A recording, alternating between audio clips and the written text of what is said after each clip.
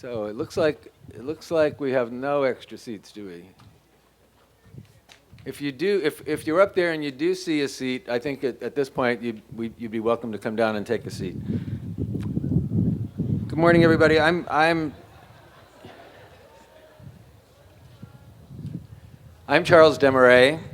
I'm the new president of the San Francisco Art Institute. I still get to say that. I'm just finishing my freshman year. I have the freshman 15 to show for it. And I gather that we have all of our graduates here today, which I'm really pleased about, because as I hear at the party yesterday, some people ended up nude dancing and swimming in the pool and maintaining the tradition of the Art Institute, which is really quite great. Just a couple of items of business. Remember that there is a reception immediately following the ceremony, and I hope you'll all come and have a glass of wine with us.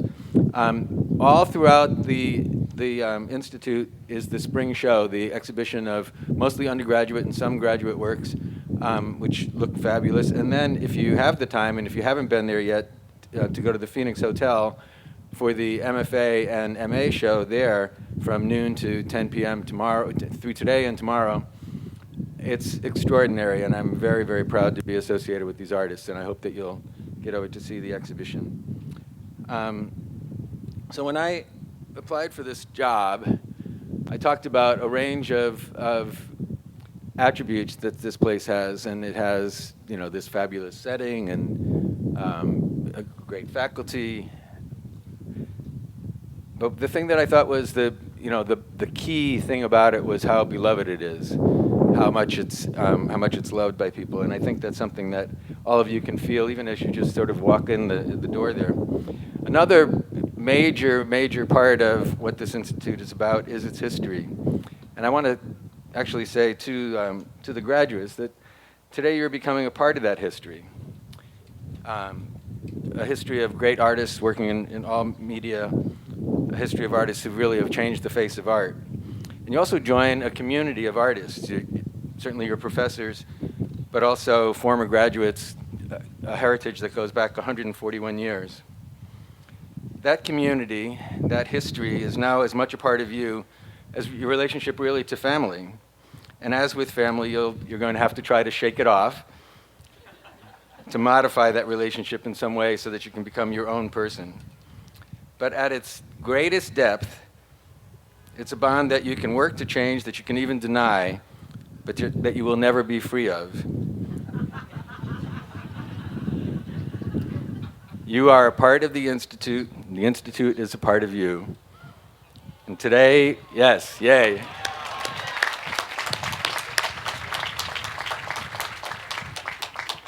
Today we honor you, and I know that you will honor that history, your community.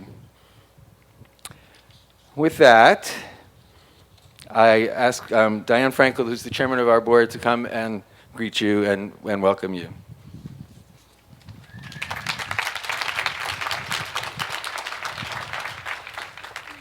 I would like to add my voice to Charles's to welcome and to congratulate all of you and to tell you how proud and humbled I am by the class of 2012. I wish for each of you to go forward and to amaze the world.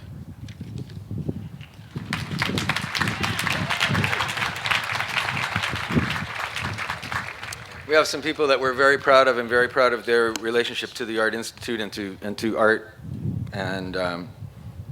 And to make the first presentation, I'm going to ask Jeremy Stone, who is a trustee of the Institute, to present an award to Beverly James.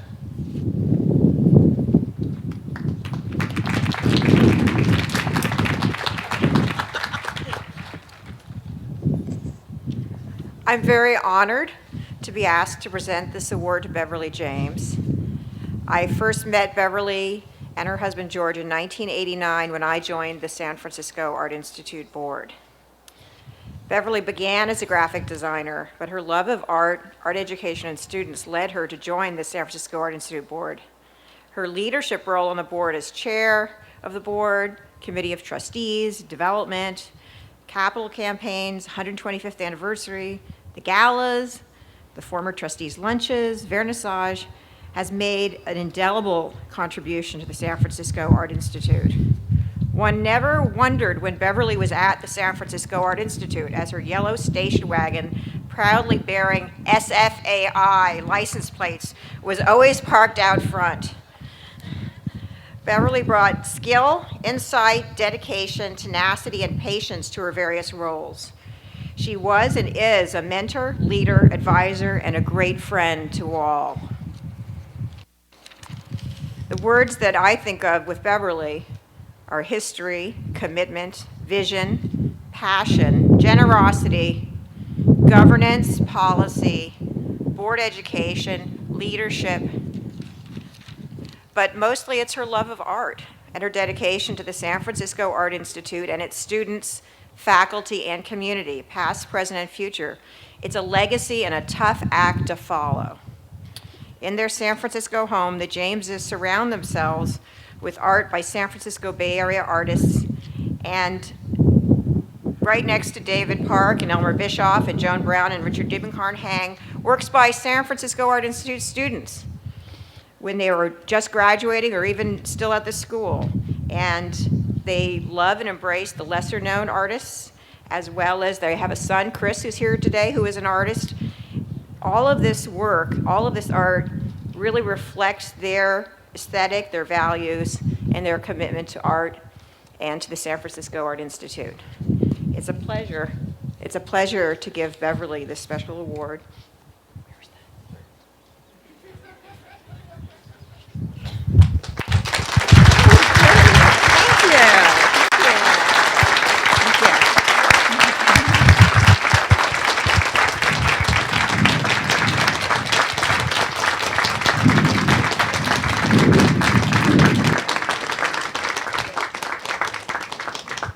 I really appreciate getting this award. I guess all those years of doing a little of this and a little of that have paid off.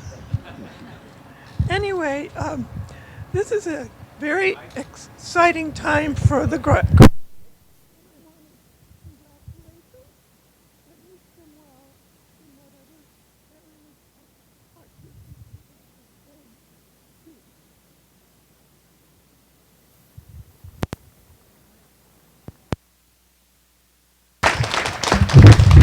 Thank you.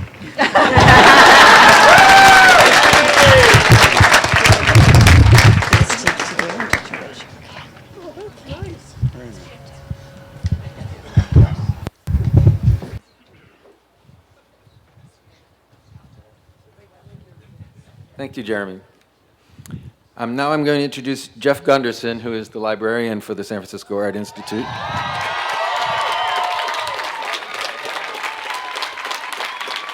Who will introduce our next award recipient. Thank you, sir. Oh, my God. God. All right, congratulations to the San Francisco Art Institute's class of 2012. Always be very proud to wear your school colors, gray and clear. You have fulfilled your assignment, which was to find an interesting place and make it more interesting. Keep up the good work. Okay, first, there's a book drop outside the library's front door. No questions asked. It is my distinct privilege to present this year's Douglas McKagy Award. McKagy was the director of the school from 1945 until 1950. He'd been a noted curator at the San Francisco Museum of Modern Art, presenting things like Sawdust and Spangles, a circus-themed exhibition that included sideshows and acrobats. This was indicative of his desire to transform museums from mausoleums to happenings. McKagy did the same thing when he came to the slopes of Russian Hill. He made it a priority to create a lively and free environment for students. He opened the studios 24 hours a day, 7 days a week. He initiated a photography department. He initiated a photography department headed by Ansel Adams. He started a film program with Sidney Peterson and cultivated a faculty that included Clifford Still, Richard Diebenkorn, Edward Weston, Imogen Cunningham, David Park, and hired visitors and lecturers like Mark Rothko, Lizette Modell, Marcel Duchamp, and Kenneth Rexroth. McKagy created an atmosphere where it was a good idea to let go, let your hair down. McKagy was a rabble-rouser and roused the rabble. A rabble-rouser, much like today's recipient of the Douglas McKagy Award, Lawrence Ferlinghetti. Look at that.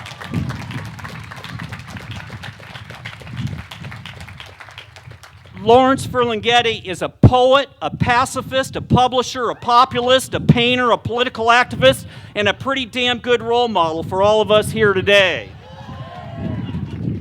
He's been a great North Beach neighbor, a fellow traveler with the school since he first arrived in San Francisco in the early 1950s, and he's been a longtime artist at the San Francisco Art Institute's Open Drawing Studios right here on Chestnut Street. Ferlinghetti is the founder and owner of City Lights Bookstore, which is the anchor of San Francisco's North Beach. He's the renowned author of Coney Island of the Mind, a million-seller poetry book. 1 million copies. Thank you for spreading the word in words. He went to journalism school at the University of North Carolina, got a master's degree at Columbia in New York City, and a PhD at the Sorbonne in Paris, France. Ferlinghetti has written, "All I ever wanted to do was paint light on the walls of life."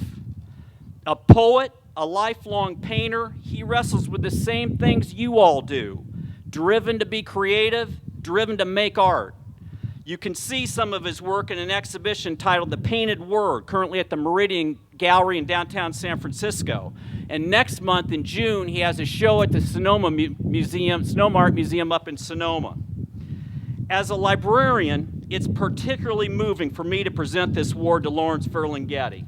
Librarians make pilgrimages to Ferlinghetti's City Lights Bookstore. It is sacred ground. He is revered by librarians, much like they admire Gutenberg and John Peter Zenger. Ferlinghetti published Allen Ginsberg's Howl in 1956 and was arrested. He was arrested for selling it. He went to court. Get arrested. He went to court to fight censorship and protect the First Amendment. Democracy, authors, and artists, thank you for your efforts to stand up for freedom of speech. Yes. For any and all of you, make sure you sashay down to 261 Columbus Avenue between Broadway and Pacific on the corner of Jack Kerouac Lane and prowl around City Lights Books, a keystone of San Francisco's and America's literary and cultural life, and buy some books from a real bookstore. It will make you feel good. Lawrence Ferlinghetti has been called an iconic presence in the world of arts and letters. He was San Francisco's first poet laureate. He has a long list of lifetime laurels. He's been awarded, medaled, celebrated, praised, feted, congratulated, cheered, applauded, and accoladed. And now it is our honor to anoint Lawrence Ferlinghetti with the San Francisco Art Institute's 2012 Douglas McKagy Award.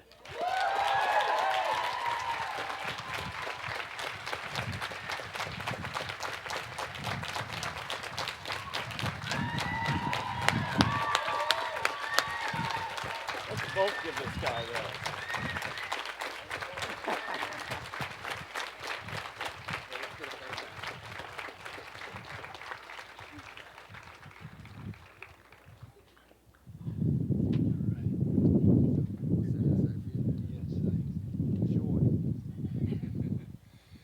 Well, I'm honored, but I'm totally abashed by this heaping of praise upon me. It must be someone else they were talking about. But, As he said, I've been hanging out around here for 30 or 40 years. I just live about 4 blocks from here. And I used to go to open studio until I got a studio out at the Hunters Point Shipyard. And we have a model out there still. I had a book published by New Directions called Poetry as Insurgent Art. It's a couple years old. How about painting as an insurgent art? I mean, maybe some of you will become insurgent painters. And I think what you could take as a model was Francisco Goya, who was a dissident and radical in his time in Spain. The first poem in the Coney Island of the Mind is about Goya. I just happen to have a copy with me.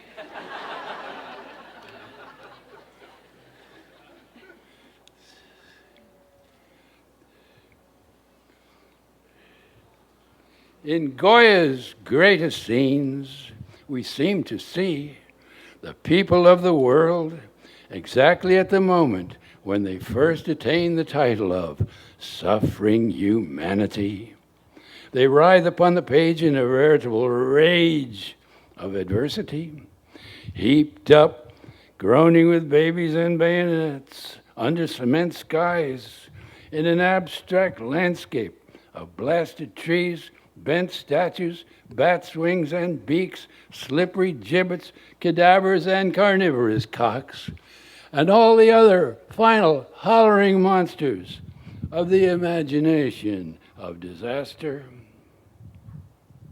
They are so bloody real, it is as if they really still existed, and they do.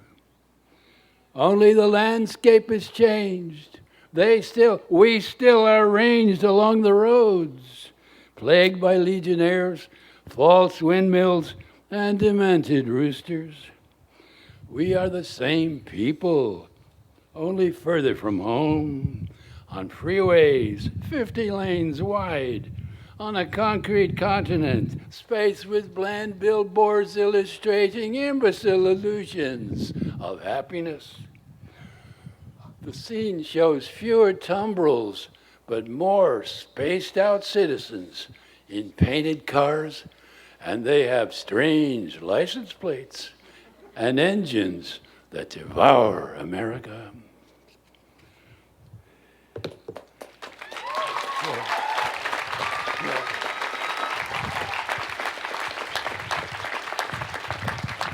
Of course, I was talking about Goya's Disasters of War.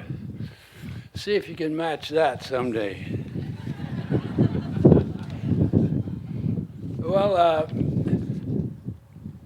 to end with a poem of mine, which was published in The Nation a couple of months ago.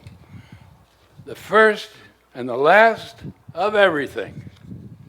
The first fine dawn of life on earth, the first cry of man in the first light, the first firefly flickering at night, the first song of love and 40 cries of despair, the first voyage of Vikings westward, the first sighting of the New World from the crow's nest of a Spanish galleon, the first pale face meeting the first Native American, the first Dutch trader in Manhattan, the first settler on the first frontier, the first home sweet home so dear, the first wagon train westward, the first sighting of the Pacific by Lewis and Clark, the first cry of Mark Twain on the Mississippi, the first desegregation by Huck and Jim on a raft at night, the first buffalo head nickel and the last buffalo, the first barbed wire fence and the last of the open range, the last cowboy on the last frontier, the first skyscraper in America, the first home run hit at Yankee Stadium, the first ballpark hot dog with mustard, the last war to end all wars, the last wobbly and the last Catholic anarchist, the last living member of the Abraham Lincoln Brigade, the last bohemian in a beret, the last homespun politician, and the first stolen election, the first plane to hit the first Twin Tower, the birth of a vast national paranoia, the first president to become an international criminal for crimes against humanity, making America a terror state, the dark dawn of American corporate fascism, the next to last free speech radio, the next to last independent newspaper raising hell, the next to last independent bookstore with a mind of its own, the next to last lefty looking for Obama nirvana, the first fine day of the Wall Street occupation, to set forth upon this continent a new nation.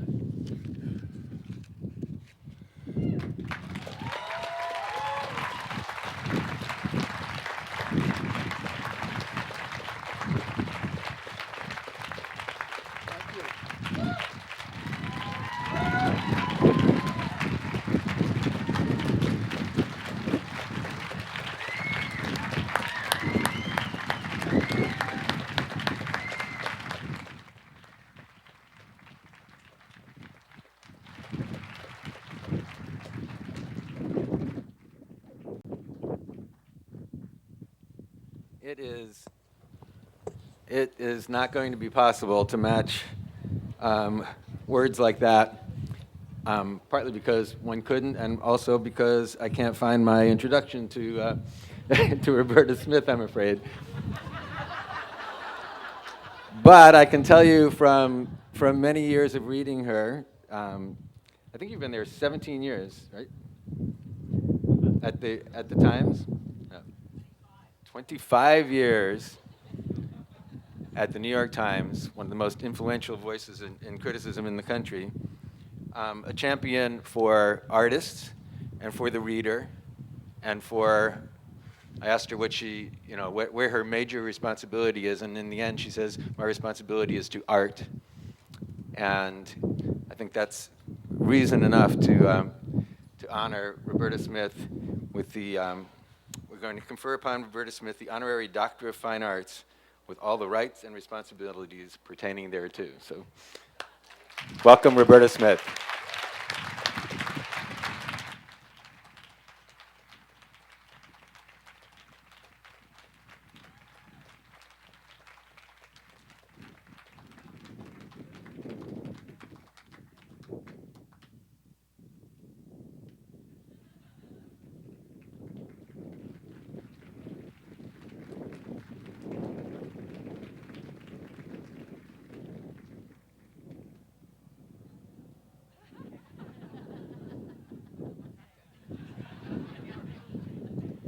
Might take off. Well, I'm pretty much speechless after that. I mean, you guys really set me up here to follow that piece of living art right in our face. That's amazing. Thank you, Charles.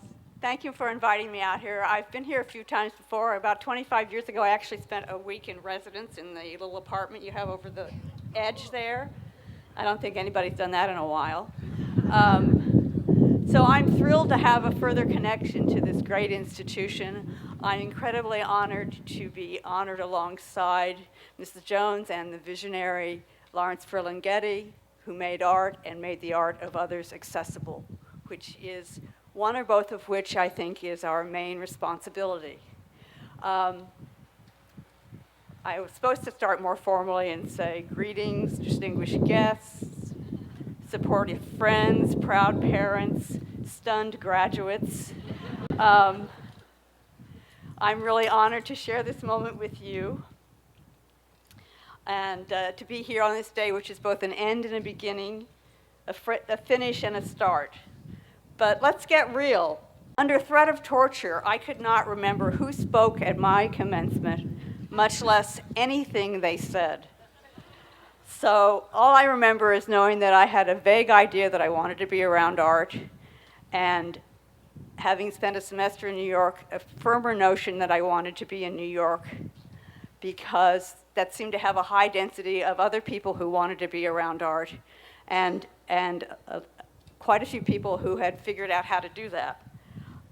So the challenge for me, for someone in my position, to say something useful to people in your position is daunting. To say something that might penetrate this kind of euphoric haze, this mix of exhilaration, regret, terror that you have boiling inside of you. But I'm going to try. Good luck. Don't trip. Mind the gap. Because you are, as we like to say, definitely on a threshold. You are at the start of something. The sound that you hear behind you is a door slamming on your formal higher education.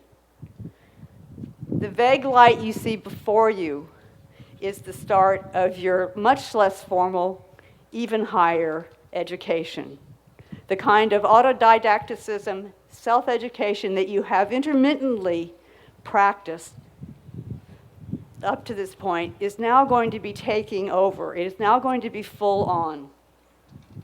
The real fun has only just begun, but it is very much up to you. You are well equipped to proceed, and if you apply yourself, you'll become even better equipped. You can become formidable. Know this, you have a kind of multi-tiered gift. You have the gift, the kind of talent that got you to the door of this place, however many years ago. You have the hard-earned gift of this degree, which is the collaboration between you and your teachers. And you have this other immense gift that you are just on the verge of, which is just 3 words. You love art. You love art. You love this thing that is so big and so powerful. You love this thing that has so many permutations that you cannot know them. No one person can know all of it in a single, even long lifetime. You have this thing that can never stop growing in you, never stop giving you something, never stop challenging you. It is an immense and fantastic gift, and it is a gift that comes with a few obligations. I would say that the first obligation is, to quote Lawrence Hyde, keep the gift in motion. Keep the gift in motion in yourself. You must follow your love of art. You don't know where it will take you, but you must go wherever it will take you. I will say a discouraging word here. Not all of you may turn out to be an artist. You may live your life in art in another way. You must be willing to go where it will take you. It may take you away from art for a while. It may bring you back from art. But it will keep you, with making art, but it will keep you around art. The other thing you must do with this gift is give back. You have a special kind of feeling for art. Art is about communication. Try to get some of that back into society. You can give back by making your art, by writing about it, but you must keep the gift in motion in the larger sense. This culture needs all of the help it can get on the visual front. We live with a high level of visual toxicity. We live with a high level of visual illiteracy. Anything you can do to diminish those things in any form, whether it's making a painting in your studio, founding a museum, anything will be appreciated. Much of the misery that we live in, we find ourselves in right now, has literally to do with the ugliness of our built environment. It has to do with too many people not being connected to culture in ways that they can learn about themselves, learn about other parts of the world, learn about difference, learn about self-expression. People are cut off and repressed. Art is a major way to end that or to affect that. So please, give back. Give your love of art back. Now I'm just going to give a few little tips as you set forth. You all have the potential for originality. Every single one of you. To the extent that we all have unique DNA, there is something unique for you to do around art. It may take a while to find it. It may not make you rich. But it is there. To find it, I recommend A, being your own strongest advocate, believing in this, believing in the fact that talent is not as important as ambition, it's not as important as determination, it's not as important as discipline. If you want it, you can have it. Secondly, be your own harshest critic. Take your work apart, put it back together again. Find the work of other artists that is in it, and get rid of it. Look, it's hard work, but you have to do it. Thirdly, see for yourself. You cannot look enough. You cannot look enough at, there's too much, you have to just look. Leo Steinberg said the mind is a muscle, the mind is a sponge. You are looking when you're not thinking you're looking. You are absorbing things that will come back in your work. If you get sick of your own work, go out and look at other things. But you cannot look enough. Be willing to be betrayed by your taste. A lot of people say, I think of taste as this huge parachute that's kind of deflated and over you. It has so many nooks and crannies, and it is, of course, illuminated by looking at art. You cannot know what you like.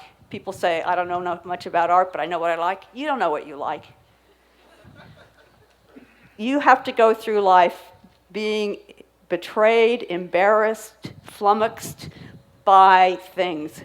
Liking things you don't think you're going to like, looking at things you think you hate, figuring out why you hate them, and then end up finding out that you actually like them. Gravitate to cities. Creativity comes partly from being in the company of strangers. Jane Jacobs said, cities are where you find people with ideas of their own. I'm sort of running out of things to say.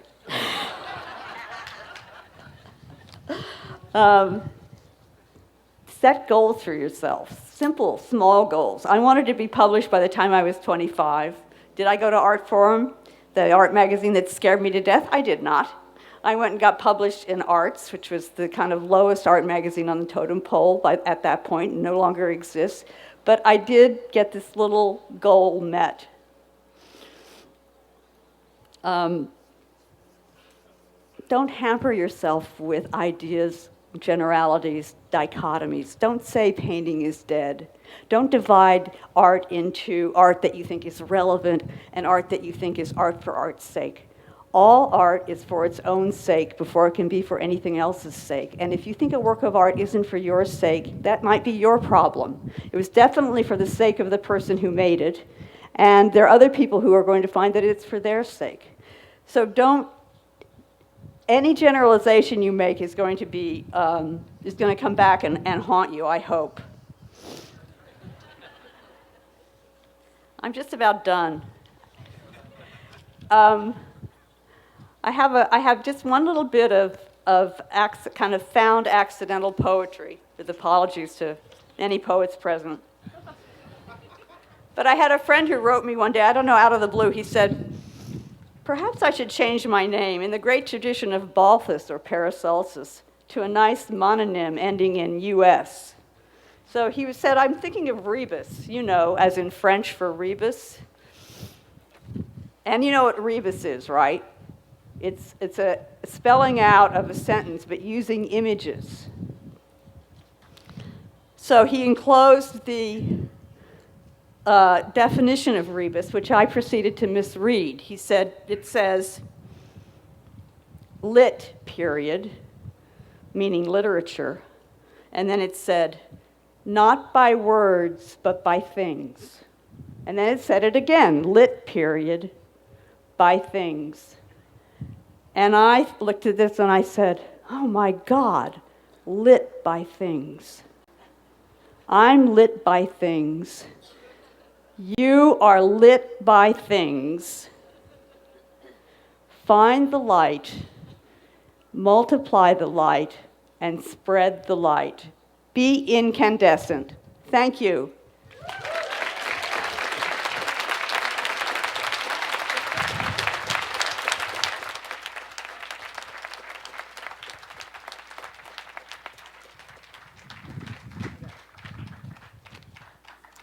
It's a great day. I'm Claire Daigle, Director of MA Programs and Co-Director of the Low Residency Graduate Program. Dean Jabilski, like all of you, is getting ready to saddle up her horse and ride off into the wider world. Janina's taught at SFAI for 15 years, was appointed tenured faculty in 2004, serving from that time on as Department Chair of History and Theory of Contemporary Art. She became our Dean of Academic Affairs in 2009. We've all admired and appreciated her grace under pressure, her unmatchable work ethic, her powerful intellect, her wisdom and foresight, and we will miss her terribly. It is a very great honor for me to present your graduate speaker this morning, Dean Janine Jabilski.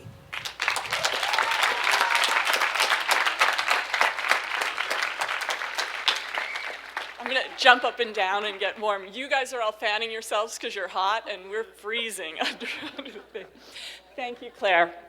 And in my role as Dean, I'd like to invite the graduating class of 2012 to say a big thank you to all the faculty and staff who helped to get you here today.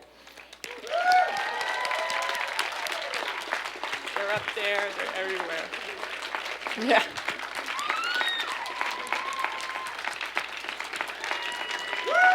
It takes them a while. They were out late last night.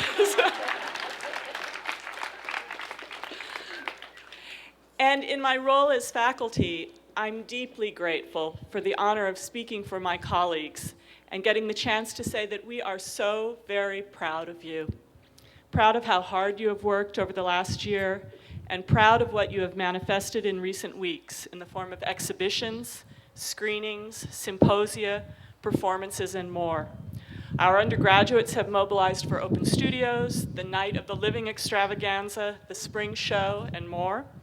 And our graduate students continue to rock the house with the most exciting MFA and MA exhibition in the Bay Area. So congratulations.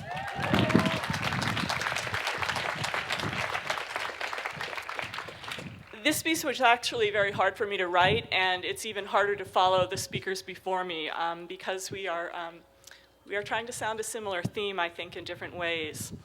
I have to admit that I've given a number of commencement speeches over the years at different places, and I know what I'm supposed to do.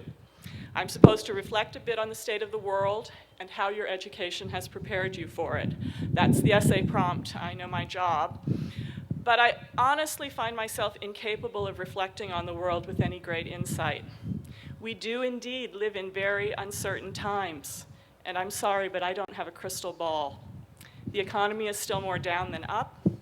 We continue to have a utopian-dystopian relationship to technology, unsure of whether it's going to save or enslave us, and this is probably a good thing.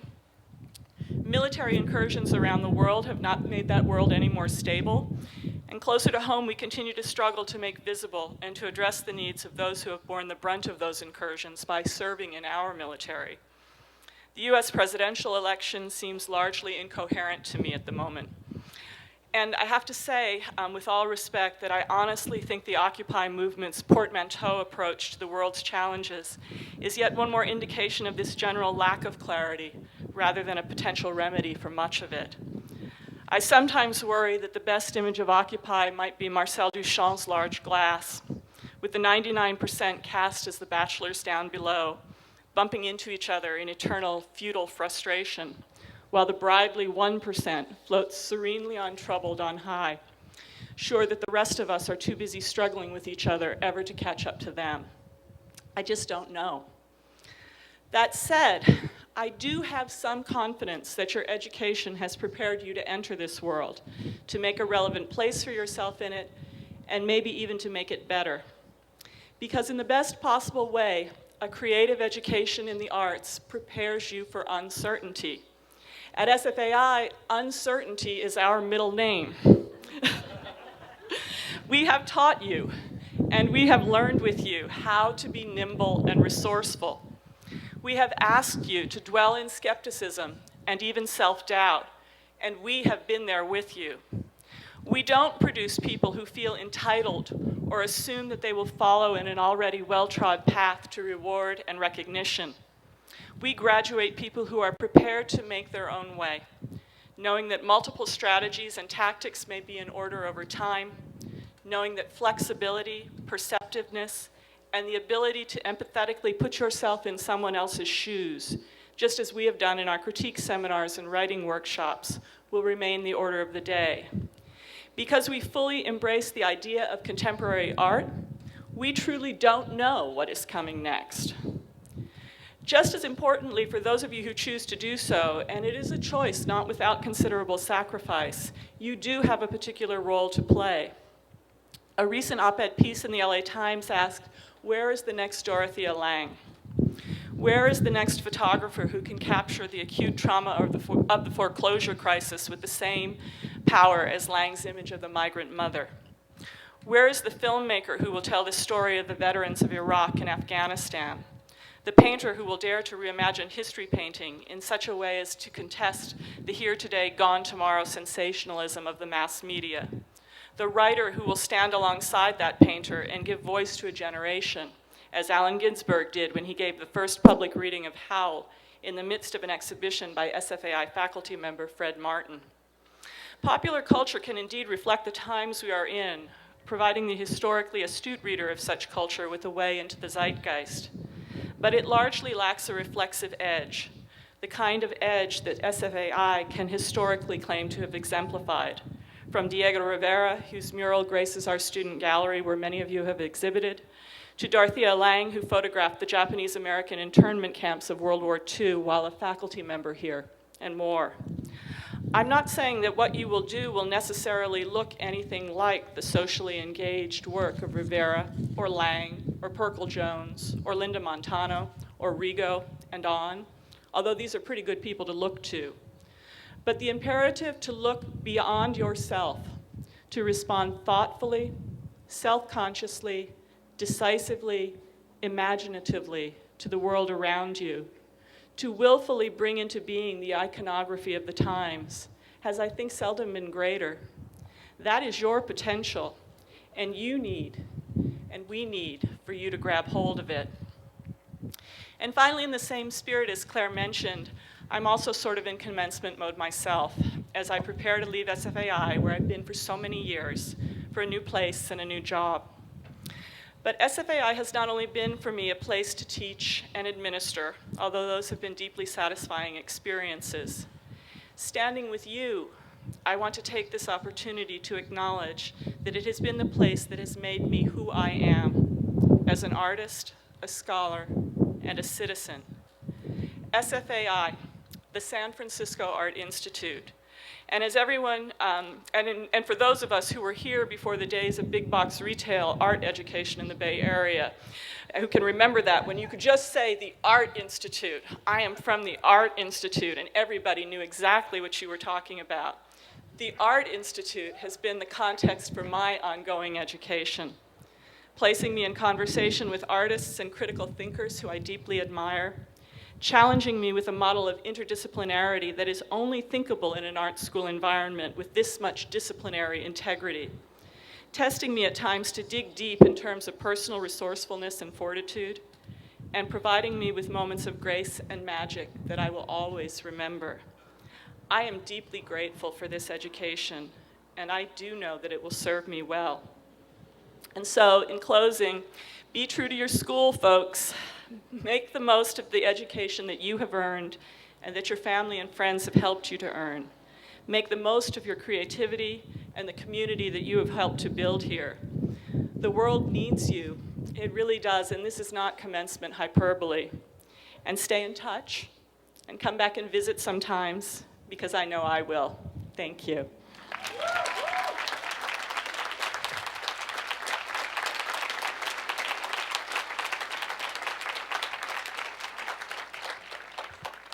Hello, I'm Jennifer Rissler. I'm the Associate Dean of Academic Administration, and I'm thrilled about my role today because not only do I get to follow Janine Shabilsky, who's been a tremendous mentor to me. Thank you, Janine. I also get to announce the award recipients, the student award recipients, in recognition of outstanding graduating work. So as I call your names, will you please come to the podium to receive your certificates? The first series of awards are given to outstanding undergraduate students for the spring show. The first winner is Chris McNevin.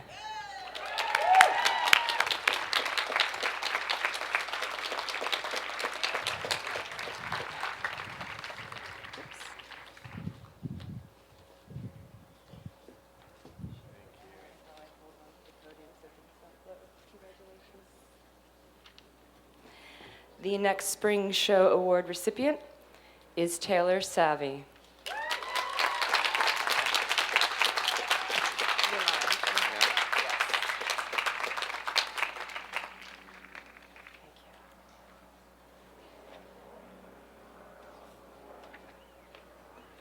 Congratulations. Thank you. Congrats, Taylor. And last but certainly not least, Blaze Gonzalez.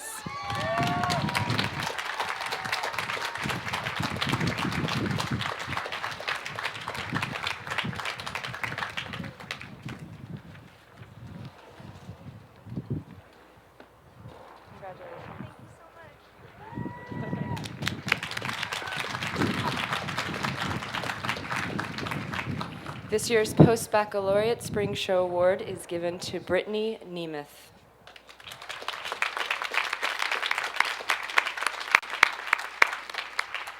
Brittany here? No, I don't think Brittany's here. Okay, and now for the MFAs. The Anne Bremer Memorial Prize, first place, is given to Matt Gualco.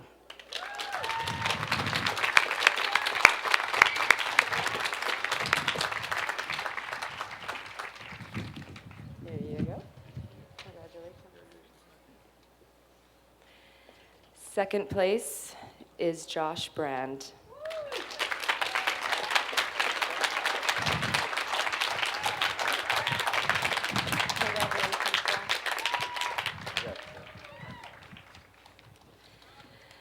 This year's Ella King Torrey Graduate Award for Innovation and Excellence in the Arts goes to Rebecca Levitan.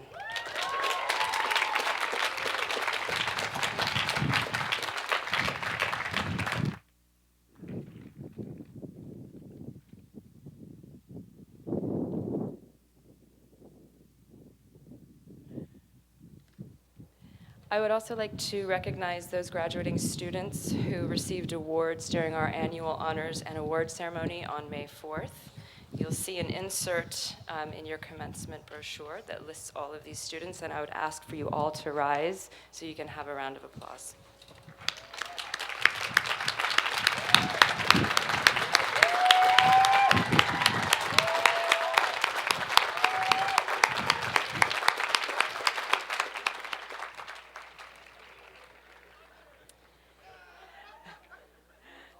I know that Charles mentioned we do have a few openings on campus today, including our Spring Show undergraduate and post-baccalaureate exhibition. I also want to remind everybody that our BFA film screening will occur today at 1 o'clock here in the lecture hall, and we'd like for you to come. And finally, all of our soon-to-be new graduates are invited to attend the SFAI alumni reception at the Phoenix Hotel this evening from 7 to 9, but please no skinny dipping. So old, right? Come up with something creative, why don't you?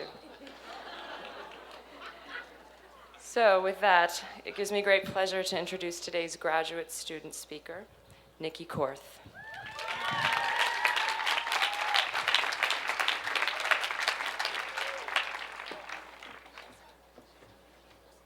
Hi, everyone.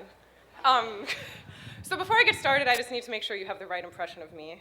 So I am a paper lady, and it's not by choice that I'm going to be reading the speech from my iPod. I couldn't print it, so I'm sorry, but I just needed you to know. Okay. For me, a significant part of the magic of the San Francisco Art Institute has been its dimension as a community of relentless and passionate experimenters that both transcends and collapses time. There is a rebellious and innovative current to this place and its people that each of us has caught a hold of in one way or another, and I do not believe that I'm alone in feeling that this current has been a life-changing and transcendent one. Moreover, the recalcitrant and eccentric ether that floats through these walls and in each of our hearts is a singular one that cannot be found in any other place, academic or otherwise, and this carries over to a sentiment, at least for myself, that reminds me that this is a place where each individual can fit in while still remaining distinct, and discuss these distinctions and differences with a subjective abandon unparalleled in most, if not all, domains of creative thinking and action. Now, while it's possible, and perhaps too easy, to label this as another instance of conformity in our culture, of the clashing of creativity and individuality in the face of a regulated economy of thinking and doing, I believe it would also be too short-sighted to see it this way. I say this because such sentiment carries over into neglect of the world at large, outside of the sanctioned art context, as both a site of inspiration and a site of infiltration, and also fosters a perspective toward this institution as one that, quote-unquote, closes its doors to you once you have graduated. And I find the latter part of this sentence to be the most troublesome, because it would suggest that these talents, perspectives, and risks that we have been trained to develop and embrace are in need of some kind of institutional backing that's ongoing in order to flourish, and further, that whatever whatever semblance of institutional backing we have coffered through our enrollment at SFAI becomes somehow diluted once our degrees have been cleared, and that we will be left completely alone. I see no reason, outside of cultural habit, to view the situation this way. As our distance from the San Francisco Art Institute temporally, physically, or emotionally increases, so too will our awareness of how exceptional our experiences here have been and how nuanced our community is in comparison with the wider field of academia, art education, and society at large. And this is thanks to the community as a whole, which has and always will include us. I'm speaking to the graduates and to everyone here. And from which we are free to form any number of new communities that carry on this sentiment or mindset that we have found here. Remember that here at SFAI exists a willingness and eagerness to not know together, such that new forms of knowing and doing can be developed in the tradition of such experimental practices and movements as fine art, photography, conceptual art, abstract expressionism, punk rock, performance video, funk, video art, interactive media, and infinite other ones that we're all involved in one way or another that may have yet to be named and that I may have forgotten from this list. Forgive me. But all of these forms have found SFAI to be a nurturing soil for innovation. But this nuance and nurturing, which was no doubt something that attracted you to this place in the first place and helped you and all of us to feel at home in one way or another, will always be a part of us, the same as it was before we came here. Whatever sense of community you hold right now in looking at your fellow graduates or taking in the sight of this campus and its people with potentially new eyes, do not overlook it as something that is passing, but instead see it as something that is both transformative and ongoing. We are now entering into the ranks of a notorious, eccentric, and thought-provoking community of practitioners who continue to challenge the status quo and present new ways of seeing, documenting, and occupying our world. I would argue that it is now our responsibility to foster this way of thinking and help bring others to see the world not as a static and controlled one that exerts an influence at whose mercy we live each day, but as one to which we are all a part, in which we may change through coming together, not only as art practitioners, but as human beings at large and citizens of the planet Earth. So I'm almost done. Speaking of the planet Earth, and each of your influences within its confines, I'd like to remind you that 2012 is a big year for elections. In fact, there are over 59 major elections at both local and state levels across the globe, all of which will no doubt be distorted or manipulated by the major media. And as debatable as the idea of a contemporary underground might be, and if it exists, whatever it is, those who have passed through the proverbial gates of the San Francisco Art Institute have certainly had their finger on its pulse. Some might even argue that we've had a major influence on its rhythm for the last 140 plus years. And in considering what we, the graduate class, did at the Phoenix Hotel this year, I'd say that we have proven ourselves to be more than just a major artery. Perhaps we give form to the beating heart. So whatever your political inclination, and even if you're against representative democracy, be cognizant of your roles as stimulators of debate and generators of new or revised modes of thinking. Use what you've learned here and who you've become acquainted with in order to protect and develop the ethos of free expression, experimentation, and broad creativity that we've come to know in our time here. Do your research and make work that helps you and others figure out what or who you want to support. You have a license now. Respect it. Exploit it. And don't forget to keep getting it renewed and help others to do the same. Okay, I got a lot more left, but I'm going to say that that's good. So I'm going to end with a modified version of the artificial introduction that Zephram Cochrane, the fictional creator of warp drive, faster than light technology, and Star Trek, said at the beginning of his fictional commencement speech to the Princeton graduating class of 2362. So, graduates of the San Francisco Art Institute, I salute you.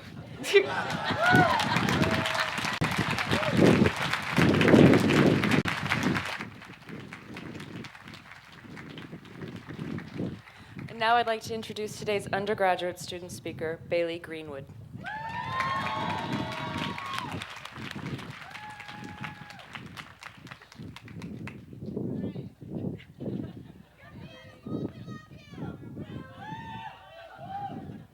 Hello, everybody. I have a couple helpers, but I don't know where they are in the audience.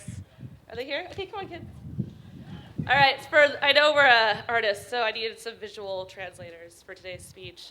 This is Rachel and Connor, and they'll be translating my speech in the visual language of happiness and love or whatever. I don't know. There are a lot of people here today. Hey, guys. First things first, I just want to take a moment to say that the graduating class of 2012 has got to be the most attractive group of people that I have ever seen in my life. I've been going here for 4 years. I have no idea what this school is going to do without us. Secondly, I think we should give ourselves a nice pat on the back for joining the solid 4.6 of Americans with art degrees. It's obvious that this must be some sort of accomplishment when we think about this number, but really, we just got art degrees, guys. We decided to pursue our passions and ignore the idealisms of our upbringing. Therefore, we are ultimately true party rockers. We are here to make the noise in society that we want to look at the world without reflection. Though that reflection may not have been conceived honestly, it sure can be entertaining. As I'm sure many of the people in the audience have come to understand through various phone calls, text messages, emails, or what have you, for most of us, these past few years have been exciting, life-changing, and have driven us down a path we never imagined we'd pursue. The education we have received and incorporated into our daily lives is unlike anything one has a chance to experience in a lifetime. This school has shaped us in more ways than one. If you don't see it now, I guarantee it will hit you later on in the future. It is usually not as soon, but art school really has helped prepare us for the real world. It may not seem like it, but I'm going to list some things that I have learned, and perhaps or perhaps not, they may or may not pertain to everyone else. 1, if you're really confused about something, try and make art about it. You may not understand the subject better, but at least you were productive. 2, if someone doesn't understand what you're trying to say to them, simply explain that you're attempting to create a discourse within urban studies. No one will ever know what that means. But I swear to God, they will listen to every word that you say. 3, if someone asks, new genres just means that you can do everything. 4, if worst comes to worst, there's always room in the world for another wedding photographer. 5, the words design and technology put together always make you sound like a smart person. 6, printmakers never fear the digital age. because there will always be a local punk band followed by a large amount of 17-year-old girls looking to score some hand-printed t-shirts. True story. 7, office manager. Any office manager gets stoked when there's a large metal sculpture in their lobby. 8, James Cameron will never stop paying too much money to create a film. 9, a painting will never lose its charm, even though it's a dying art. Sorry. I'm sorry. Oh. 10, if all else fails, you can revert back to the saying that you took a new genres class once. On a different note, typically at these occasions, someone says something nice that someone nice once said. Here's a nice quote from JFK. I see little of more importance to the future of our country and of civilization than full recognition of the artist. If art is to nourish the roots of our culture, society must set the artist free to follow his or her vision wherever it takes them. Even though today marks the day that we are set free into the world, as much as many of us don't like to admit it, though we may not be attending classes at SFAI anymore, we sure will never stop revisiting this place. Whether it be physically or simply haunting us in our dreams, we may be able to escape the grades of our classrooms, but these walls will hold us here forever. The energy in this building is incredible, and for those who are coming here for the first time, I'm sure you can feel it. Every student who has set foot in these halls leaves an imprint of some kind, which can be found anywhere, even in the back corners of the dark room. It might sound corny to say, but I'm really glad I got to meet everyone I have these past few years. Not only have my professors been, well, there are no words to describe our professors. You guys are awesome, all of you. Yeah, sure, we dueled it out a little bit in critique, but I must admit we know each other way more personally than any other typical college graduate could say about the rest of their graduating class. You guys are awesome. I love you, all of you. On that note, I personally can't wait to see what we all do in the future. Just so you know, I'll be keeping an eye on you all over the Facebook or whatever stalking utensil we use in years to come. You better be impressing me. We really do have a promising future with our degrees, and let's not lie to ourselves. We may not know how to do open heart surgery, but at least we know exactly where the heart is.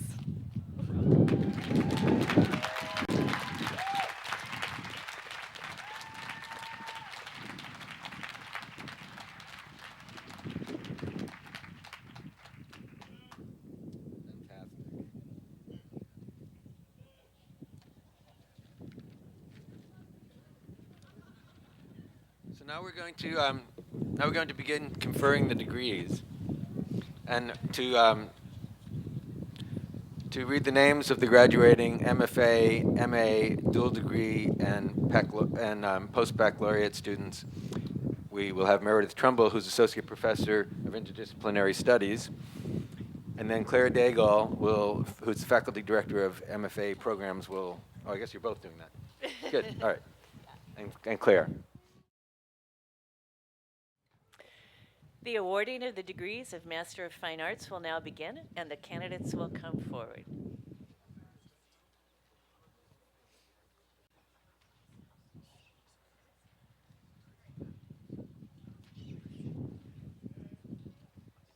Jessica Asp.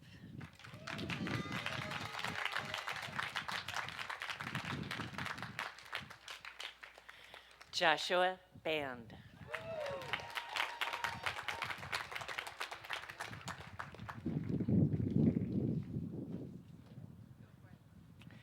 Elin Bengston.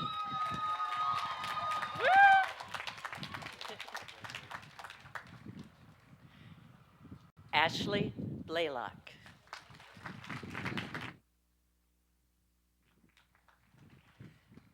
Matthew Bollinger.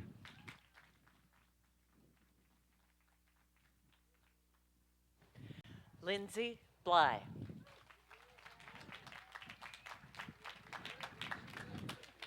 Pyo Bayak.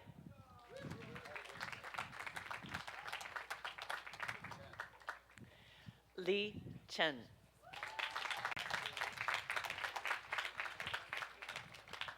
Suan Cho. Chalky Choi.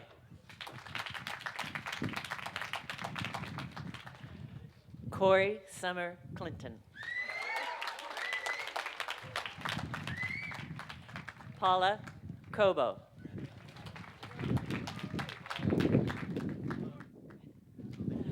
Ryland Cook.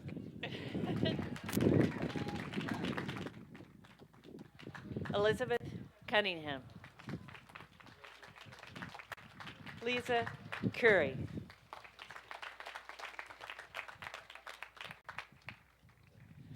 Lacey Davis.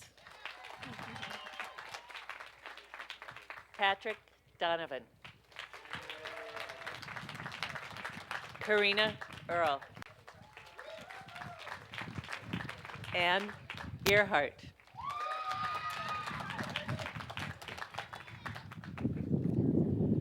Sul Hua Yum.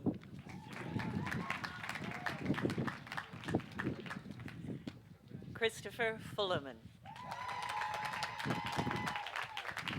Omer Gal.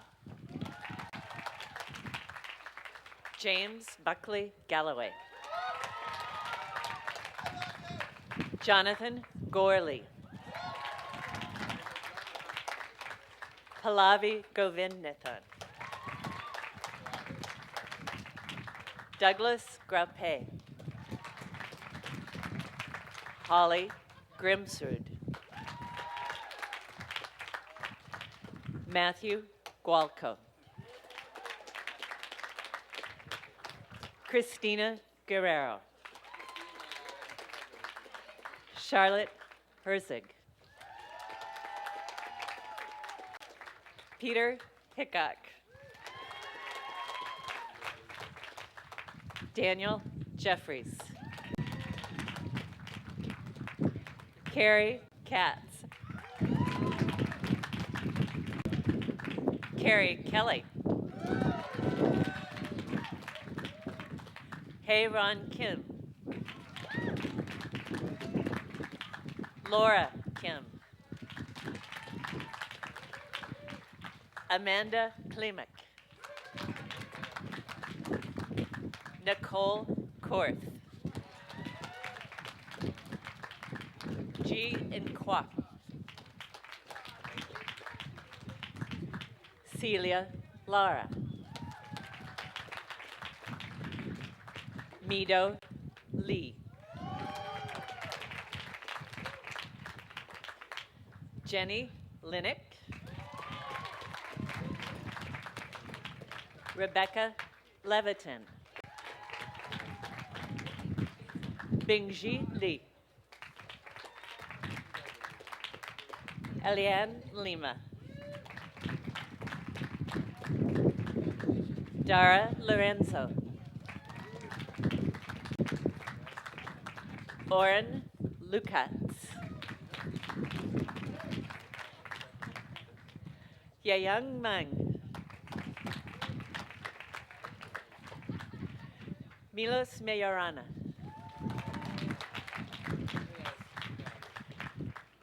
Megan Morgan.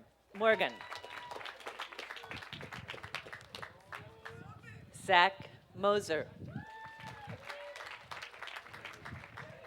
Sandra Osborne. Sonia Payan.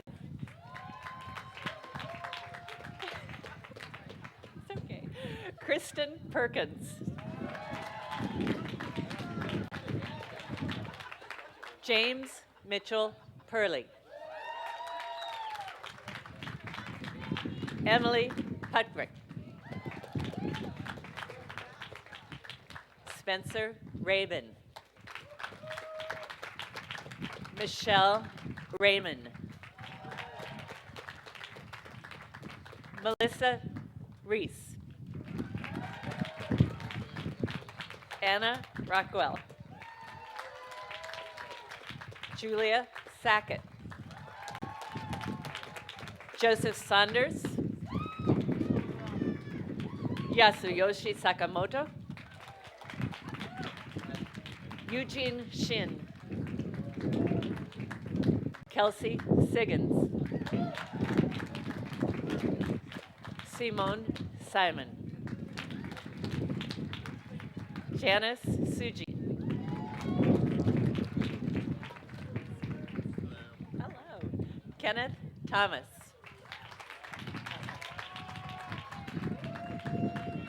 Denise Townsend.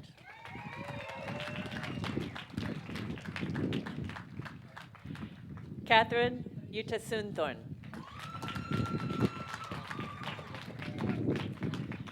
Cecilia Vasquez. Vanessa Vaughn.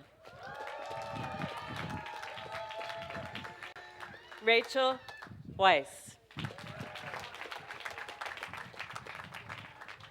Nicholas Wildermuth. Allison Woods. Ryan Wiley. And Douglas Yee.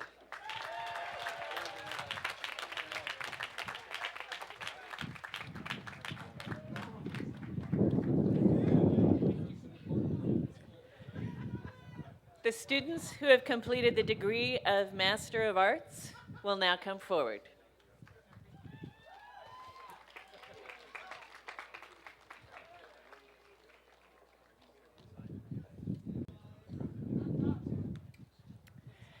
Rebecca Ahrens. Shika Arbuthnut.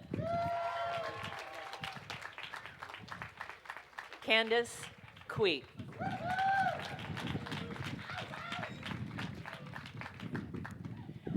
Nadia Kismatulima. Emily Schallman. Alicia Soja.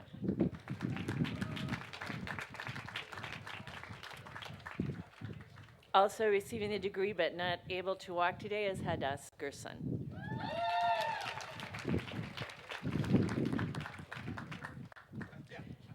The students who have completed the dual degree of Master of Arts and Master of Fine Arts will now come forward. And that will be our own Cole Robbins.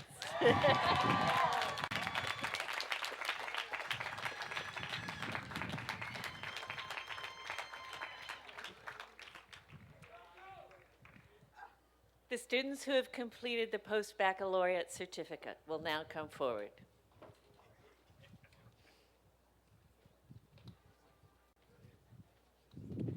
Beth Abrahamson.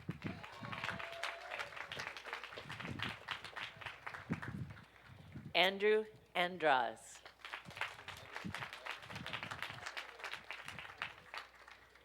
Devin Bielick. Benjamin Fursing. Jenny Hines. Judith Snyderman. Courtney Stock. And Sho Noda. Snoda.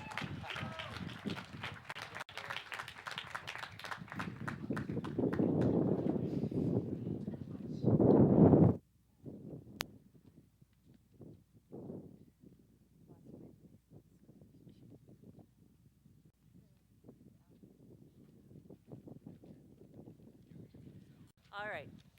So our next presenter is Alan D'Souza, who is the chair of New Genres and co-director of the Low Residency MFA, and he's going to read the names of our graduating BFA and BA students.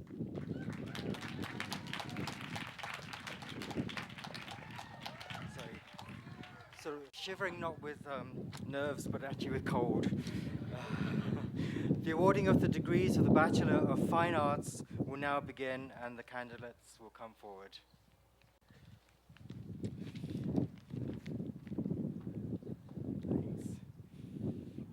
Andrea Abrams. Federico Aquino. Quinn Arneson.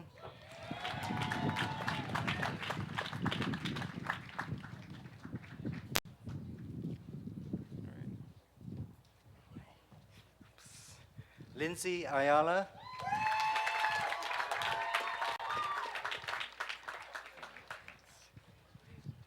Catalina Benavides Ojeda. BB Gunn.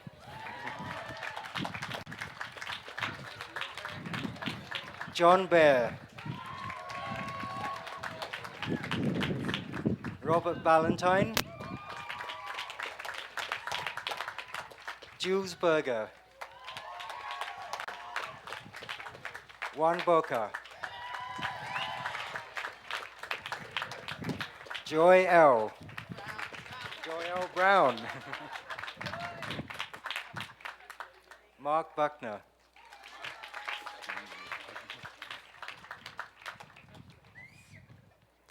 Jacqueline Busiaga.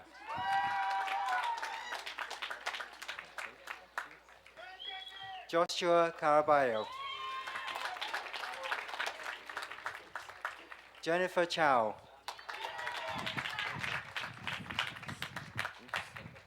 Jordan Dozy Perry.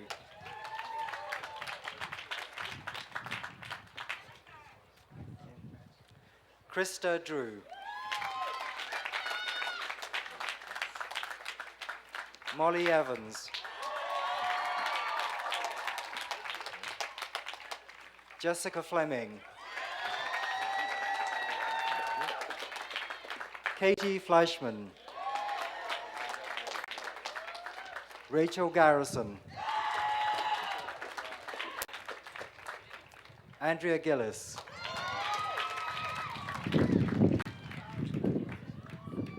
Michelle Govang. Bailey Greenwood. Henry Gunderson. Ian Heil. Anthony Hernandez.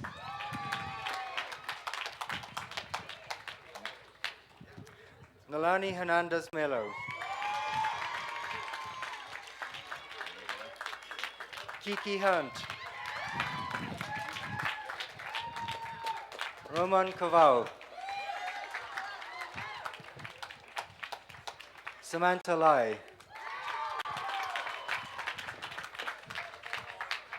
Amy Locke.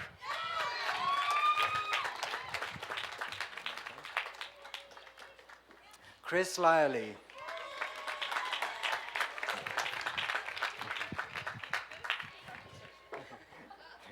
I have to keep them in order. Hildy Lynn.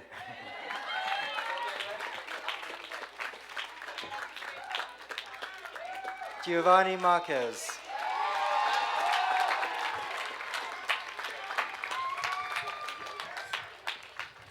Kelly Mason. John McCoy.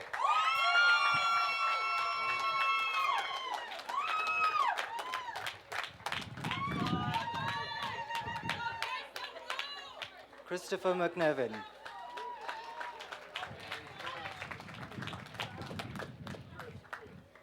Katie Monroe Tracy. Duncan Noel Nelson. David Naylor. Brian Pittman.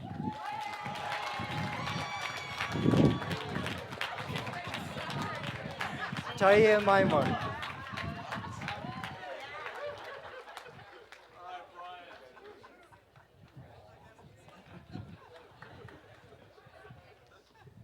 Sean Stevens.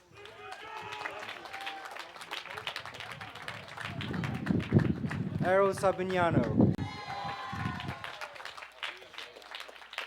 D. Javon Santos.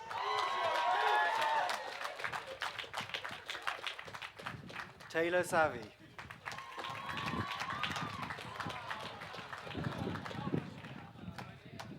Chelsea Smith Doherty.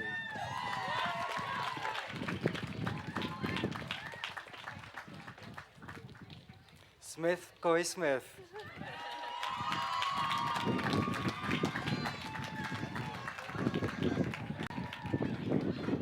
Curtis Smith. And hang on. No, it's all right.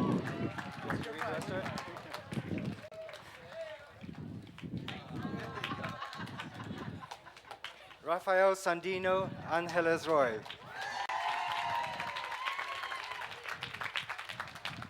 Caleb Swan.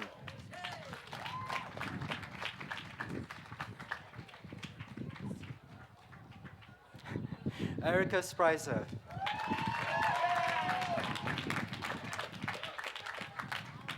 Dana Stanley.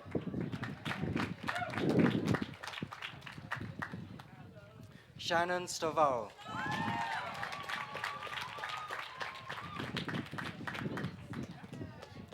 Alexander Urich.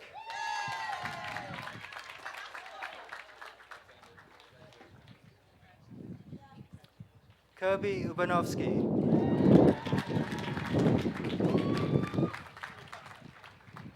Luca Wang.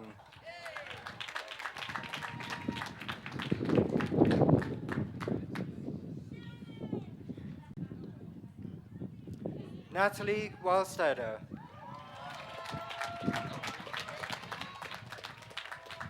Elizabeth Wood.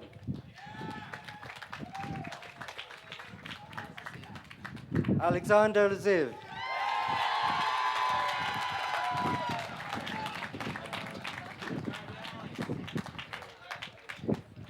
The awarding of the degrees of Bachelor of Arts will now begin, and the candidate will come forward.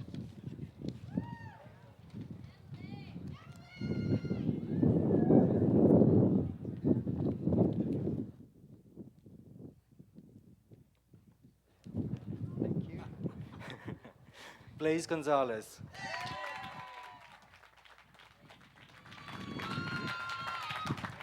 Emily Kramer. Marcus Schultz. Okay.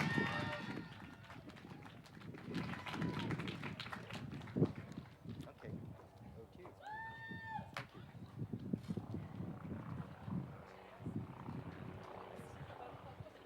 you.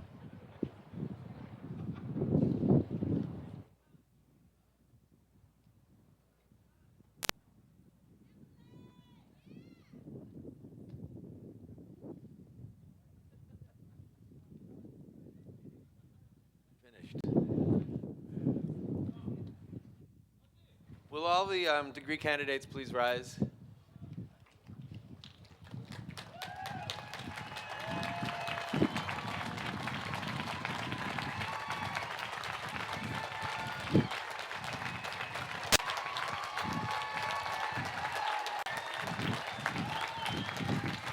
I have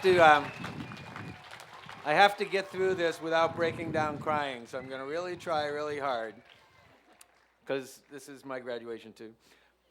By and with the authority vested in me by the Board of Trustees and the State of California, I confer upon you your degrees and invite you to enter into all the honors, rights, and privileges appertaining. Family and friends, I present the San Francisco Art Institute graduating class of 2012.